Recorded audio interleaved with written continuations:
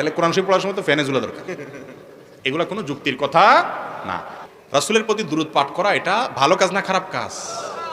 শুধু ভালো কাজ না, মিন আহাম্মিল ইবাদাত, সবচেয়ে শ্রেষ্ঠ ইবাদতগুলোর মধ্যে থেকে একটা হলো নবী সাল্লাল্লাহু আলাইহি ওয়াসাল্লামের প্রতি কি করা ভাই? দুরূদ প্রেরণ। তার প্রতি দুরূদ প্রেরণ করলে আল্লাহ তাআলা আমাদের প্রতি রহমত নাজিল করবেন ইনশাআল্লাহ।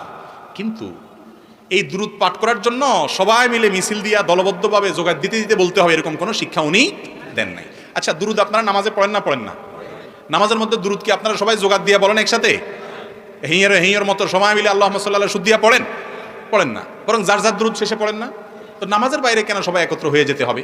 রাসূল আকরাম সাল্লাল্লাহু আলাইহি ওয়াসাল্লাম যে ইবাদত যেভাবে করতে বলছেন সেটা সেভাবে করতে হবে। দুরূদ আপনি একা পড়েন, সবাই মিলে যার যারটা পড়েন, এক্ষেত্রে শরীয়ত বলে দেয় না যে একজনের সাথে সবাই মিলে সুরে সুর মিলে পড়তে হবে। দুরূদের জন্য একত্র হইতে হবে সবাই, এমন কোন শিক্ষা দুরূদ পড়ার ক্ষেত্রে আমাদের নবীজি দেন নাই।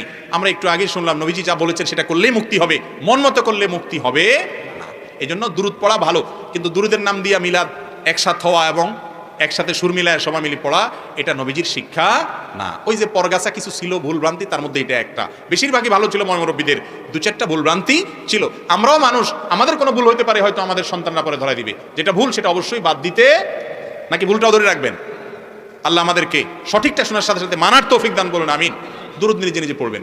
অনেকে দুরূদ পড়তে পড়তে মনে করে নবীজি আয়েশা গেছে, এই জন্য দাঁড়ায় যেতে হয়, তাই না? আরে ভাই, নবীজি আয়েশা গেছে, দুরূদ পড়লে যদি নবীজি আয়েশা যায়, তাহলে নামাজের মধ্যে দুরূদটা পড়ি, ওইটা হয় আরো বেশি গুরুত্বপূর্ণ, শ্রেষ্ঠ দুরূদ, তাই না? এই সময় তো নবীজি আয়েশা যান না কথা, তাহলে তো সব খাড়া যান না কথা, ঠিক না ভাই? ঠিক।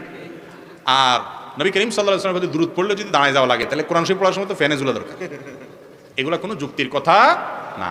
মনে রাখবেন, আমাদের অনেক ভাইরা এগুলো কারণে আমাদেরকে ভুল বোঝে, বলে এরা নবীর দুশমন। নাউজুবিল্লাহ। আমরা কি নবীর দুশমন ভাই? নবীর মহব্বত না করলে মুসলমান থাকে নাকি আবার? অতএব দুরূদ পাঠ করা লাগবে কি লাগবে না? কিন্তু তার জন্য আনুষ্ঠানিকতা নাই, যেভাবে আমরা বানিয়ে নিয়েছি। আল্লাহ তাআলা আমাদেরকে সহিহ পদ্ধতিতে দুরূদ পড়ার তৌফিক দান করুন।